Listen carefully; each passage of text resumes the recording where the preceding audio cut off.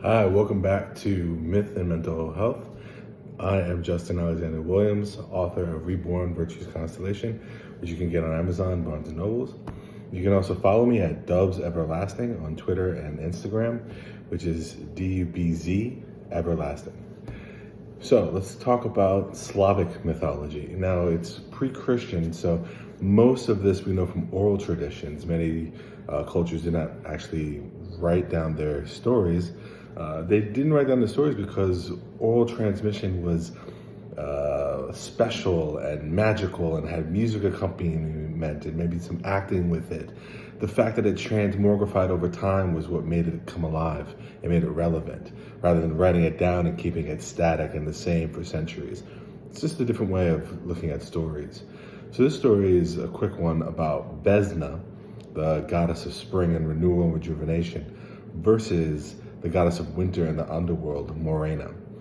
Now, the story is pretty simple. Morena is kind of this winter goddess who brings winter, and she's easygoing at first with fall, luring you in, and then she's very bitter and angry towards the end of winter. Mostly because winter is coming to an end as she literally fights Vesna for supremacy. And of course, Vesna wins out before a time. We echo this myth in the story of Demeter in Greek mythology. Now, why does this help us with our mental health to think of the cyclical nature of nature itself?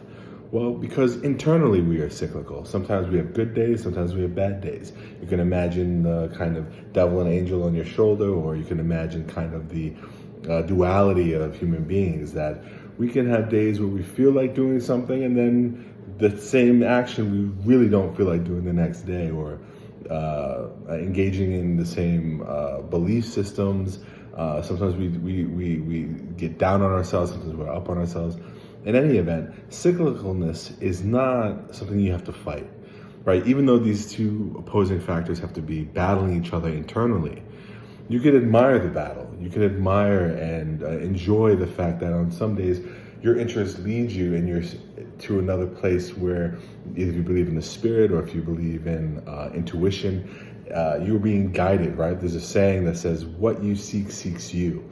So sometimes it's good to be winter. It's good to have that kind of stoic, kind of coldness, that feeling of grit and fighting the elements, the feeling of that you need the fire to warm you up, the feeling that you're being tested. Sometimes it's great to just relax and bask in the sun and go on vacation. Both things build character. And that's why I think we have goddesses of winter and underworldness, and we have goddesses of spring and ease, to teach us that there is true virtue found in overcoming the obstacle of winter, but then also enjoying the rewards of spring. So try to feel that way internally too, that when you have that juxtaposition inside, that you don't have to let them necessarily rule you. You can watch them battle each other in the contest for your action and your future, and determine who you want to be in the moment and in the future by being one or the other at different points. Thank you.